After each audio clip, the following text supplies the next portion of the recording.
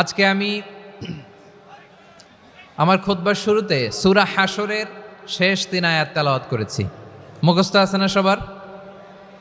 বাংলাদেশে ফজরের নামাজে প্রত্যেক মসজিদে যখন তাসবিহ পড়ে ইমাম সাহেব এটা তালিম দেয় না, তালকিন দেয় না?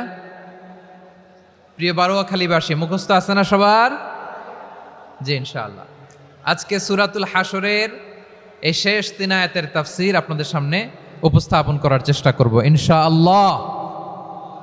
কোরআনের অনেক জায়গায় আল্লাহ তাআলা নিজের পরিচয় দিয়েছেন। নিজের পরিচয় তিনি বিভিন্ন আয়াতে বিভিন্ন সূরায় পেশ করেছেন। 3টি জায়গায় খুব এক্সক্লুসিভলি আল্লাহ তাআলা নিজের পরিচয় দিয়েছেন। এক হচ্ছে সূরা বাকারার 255 নম্বর আয়াতে, মানে আয়াতুল কুরসি। এর মধ্যে 9টা বাক্য আছে, 9টা বাক্য মিলে একটা আয়াত। এই আয়াতে আল্লাহ তাআলা খুব চমৎকার ভঙ্গিমায়, চমৎকার ভাষা শৈলী ব্যবহার করে, খুব উচ্চাঙ্গের আরবি সাহিত্য দিয়ে একটি আয়াত নাজিল করেছেন। এই আয়াতটার নাম হচ্ছে আয়াতুল কুরসি। বিশ্বনবী বলেন, মান কারা আয়াতুল কুরসি দুবুরা কুল্লি সালাতিন মাকতুবাতিন লাম ইয়ামনাহু মিন দুখুলিল জান্নাতি ইল্লাল মাউত। প্রত্যেক ফরজ নামাজের পরে যে আয়াতুল কুরসি পড়বে তার জান্নাতে যাওয়ার ক্ষেত্রে আর কোনো বাধা থাকে না, একটা জিনিস ছাড়া, সেটা হচ্ছে মৃত্যু, মরণ। লোকটা মরে না তাই জান্নাতে যায় না, মরলেই জান্নাতি। এই আয়াতুল কুরসির এই আয়াতে আল্লাহ তাআলা খুব স্পষ্টভাবে নিজের পরিচয় তুলে ধরেছেন। আবার সূরাতুল ইখলাসের ভেতরে আল্লাহ তাআলা খুব চমৎকার ভঙ্গিমায় তিনি নিজের পরিচয় তুলে ধরেছেন। অনুরূপভাবে সূরা হাশরের শেষ 3 আয়াতেও আল্লাহ তাআলা খুব চমৎকারভাবে নিজের পরিচয় তুলে ধরেছেন। আওয়াজ করে পড়ুন সুবহানাল্লাহ। আমরা সূরা হাশরের শেষ 3 আয়াতের তাফসীর আজকে আমরা শুনব। আসুন আমরা আমাদের রবকে চিনে নেই। আজকের আলোচনার টপিক হচ্ছে আসুন আমাদের রবকে চিনি। আসুন আমাদের, সবাই বলুন, আসুন আমাদের রবকে চিনি। আজকের আমার ঢাকা বিভাগের প্রোগ্রাম থেকে, এই নবাবগঞ্জ বারোয়াখালীর প্রোগ্রাম থেকে আমরা আমাদের রবকে চিনে যাব ইনশাআল্লাহ। বলেন সবাই। সূরা হাশরের শেষ 3 আয়াতের একটা বিশেষ ফজিলত আছে, এটা আপনারা পড়বেন। কি ফজিলত? বিষ্ণু ঈসা ইসলাম বলেন, মান ক্বালা হিনা ইউসবিহু সালাসা মাররাতিন আউযু বিল্লাহিস সামিউল আলিম মিনাশ শাইতানির রাজীম সুম্মা ক্বারাআ সালাসা আয়াতিন মিন আখিরি সূরাতিল হাশরি ওয়াক্কালাল্লাহু বিহি ৭০,০০০ মালাকিন ইউসাল্লুনা আলাইহি ওয়া ইন মাতা ফি যালিকাল ইয়াউমি মাতা শাহীদান।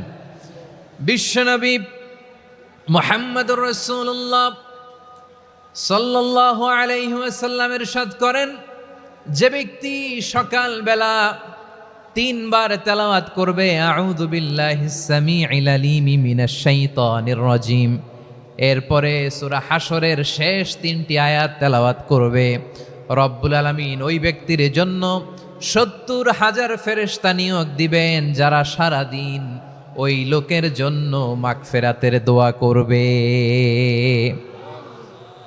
শুধু এখানেই শেষ নয়, বিশ্বনবী ফরমান, ওয়া ইন মাতা ফি যালিকাল ইয়াউমি মাতা শাহীদান, ওই দিন যদি ওই ব্যক্তিটা ইন্তেকাল করে, সে শহীদ হয়ে কিয়ামতের দিন আল্লাহর সামনে দাঁড়াবে।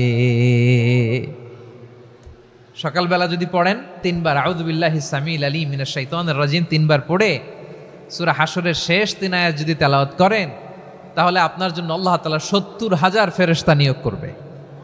সারা দিন তারা আপনার জন্য মাগফিরাতের দোয়া করবে, আর ওই দিন ইন্তেকাল করলে আল্লাহ তাআলা শহীদ হিসেবে আপনাকে কিয়ামতের দিন দাঁড় করাবে।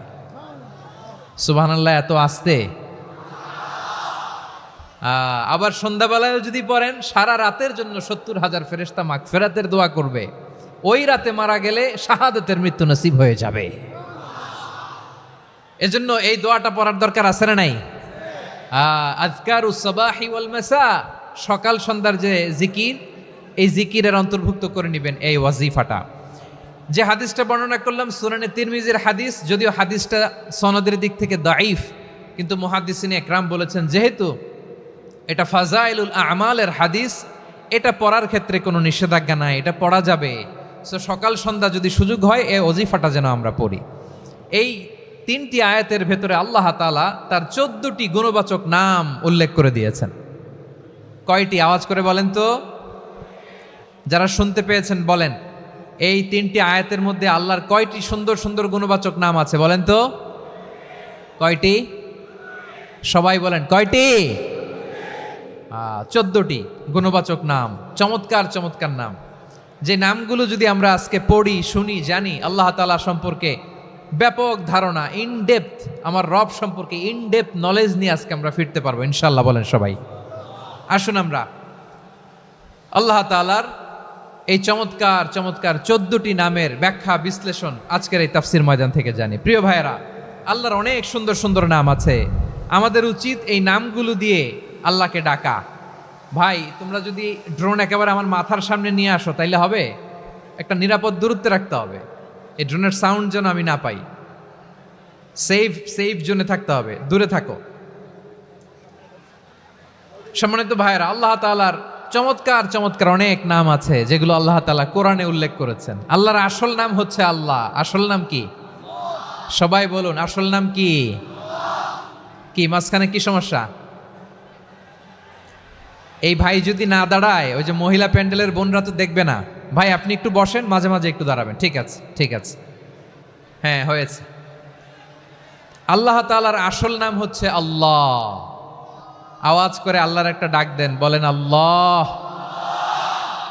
মন থেকে, হৃদয়ের গহীন থেকে, হৃদয় নিংড়ানো মনের সবটুকুন ভালোবাসাকে উজাড় করে দিয়ে আল্লাহর নামটা জপেন তো, পড়েন তো আল্লাহ। কেমন লাগে? ভালো লাগে? এর চেয়ে সুন্দর মধুমাখা নাম, জাদুমাখা নাম আর আছে? দু একজন বলছে নাই। আওয়াজ করে বলেন, এর চেয়ে সুন্দর নাম আর আছে? আল্লাহ নাম যতই জপি ততই মধুর লাগে, নামে এত জাদু থাকে কে জানি তো আগে। আল্লাহ নাম যতই জপি, ও নাম জপে প্রিয়তম, ও নামে জপে মজনু সম, ওই নামে পাপিয়া গাহে হৃদয় গোলাপে বাগে। আল্লাহ নাম যতই জপি। আল্লাহু আকবার। এত মধুর নাম আর দ্বিতীয়টা নাই। যতই জপি ততই ভাল লাগে, ঠিক কিনা বলেন?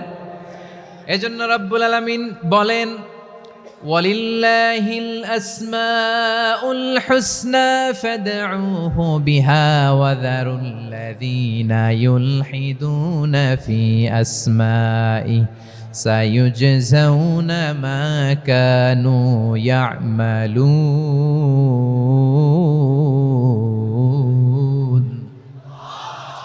আল্লাহ বললেন, আমার অনেক সুন্দর সুন্দর নাম আছে, অনেকগুলো গুণবাচক সুন্দরতম নাম আছে। তোমরা এই নামগুলো ধরে আমি আল্লাহরে ডাকো, আর যারা আমি আল্লাহর নামের বিকৃতি ঘটায় তাদেরকে তোমরা বর্জন করো।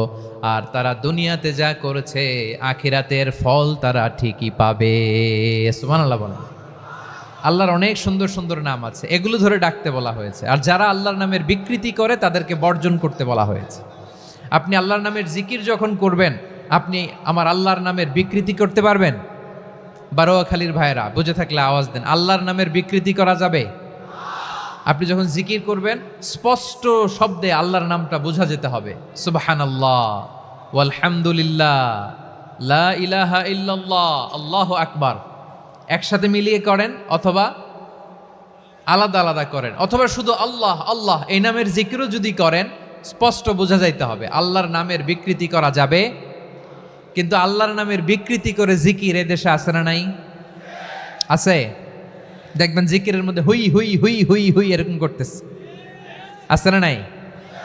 সবাই মিলে লাফাচ্ছে, দফাচ্ছে, মাথা ঝুলাচ্ছে, আর কি কি যেন বলে, ওইটার মধ্যে আমি আল্লাহর নাম খুঁজে পাই না, এরকম আছে না নাই?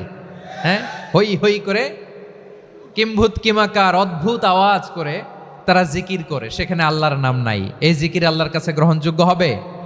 আল্লাহ বলেন, ওয়াযারুল্লাযীনা ইউলহিদুনা ফি আসমাইহি, খবরদার আমার নামের যারা বিকৃতি ঘটায় তাদেরকে তোমরা বর্জন করো। এজন্য জিকির যখন করব সুস্পষ্টভাবে আল্লাহ তাআলার নাম সেখানে থাকতে হবে, ঠিক কিনা বলেন? আবার আল্লাহ বলেন, যেমন মনে চায় তেমন জিকির তোমরা করো না, فاذكروا الله كما علمكم ما لم تكونوا تعلمون তোমরা জানতে না আল্লাহ তোমাদের জানিয়েছেন কেমন করে আল্লাহর নামের জিকির করতে হয়, যেমন আল্লাহ শিখিয়েছেন তেমন করে আল্লাহরে ডাকো। ঠিক কিনা বলেন? আল্লাহ তাআলা যেমন শিখিয়েছেন তেমন ভাবে আল্লাহ তাআলাকে ডাকতে হবে, ঠিক ওই পদ্ধতিতে আল্লাহ তাআলার নাম যুক্ত হবে। কোন পদ্ধতিতে সেটাও আল্লাহ বলে দিচ্ছেন। আল্লাহ তাআলা বললেন ওয়াজকুর রাব্বাকা ফি নাফসিকা তাদাররুআন ওয়া খীফাতান ওয়া দুনাল জাহরি মিনাল কওলি বিল গুদুই ওয়াল আসাল ওয়া লা তাকুম মিনাল গাফিলিন। খবরদার, আল্লাহর নামের জিকির করো, আল্লাহকে ডাকো। ফি নাফসিকা মনে মনে, তাদাররুআন সবিনয়ে, খাইফাতান ভীত বিহবল চিত্তে, দুনাল জাহারি মিনাল কওল অনুচ্চ স্বরে অনুচ্চ আওয়াজে। এভাবে আল্লাহর ডাকলে সেই ডাকা কবুল করে নিবে কে?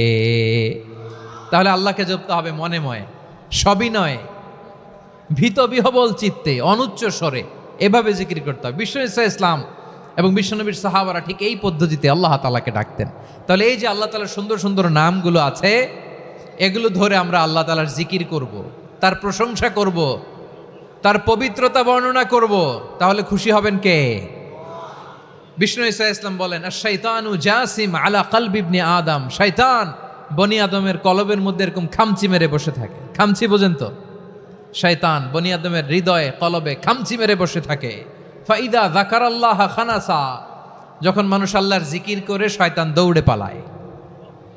ওয়াইদা গাফালা ওয়াসওয়াসা, আর মানুষ যখন অমনোযোগী হয়, গাফিল হয়, শয়তান আবার টেম্পটেশন দেয়, আবার ধোকা দেয়, আবার ওয়াসওয়াসা দেয়। এজন্য বিশ্বনবী বলতেন লা ইয়াজালু লিসানুকা রাতবান মিন যিকরিল্লাহ, সব সময় প্রতি মুহূর্তে সর্বক্ষণে তোমার জিহ্বাটা আল্লাহর জিকির দিয়ে ভিজা রাখবা, আল্লাহর জিকির দিয়ে সিক্ত রাখবা, তাহলে কবুল করবে কে? সবাই পড়েন সুবহানাল্লাহ আলহামদুলিল্লাহ লা ইলাহা, সুবহানাল্লাহ আলহামদুলিল্লাহ লা ইলাহা ইল্লাল্লাহ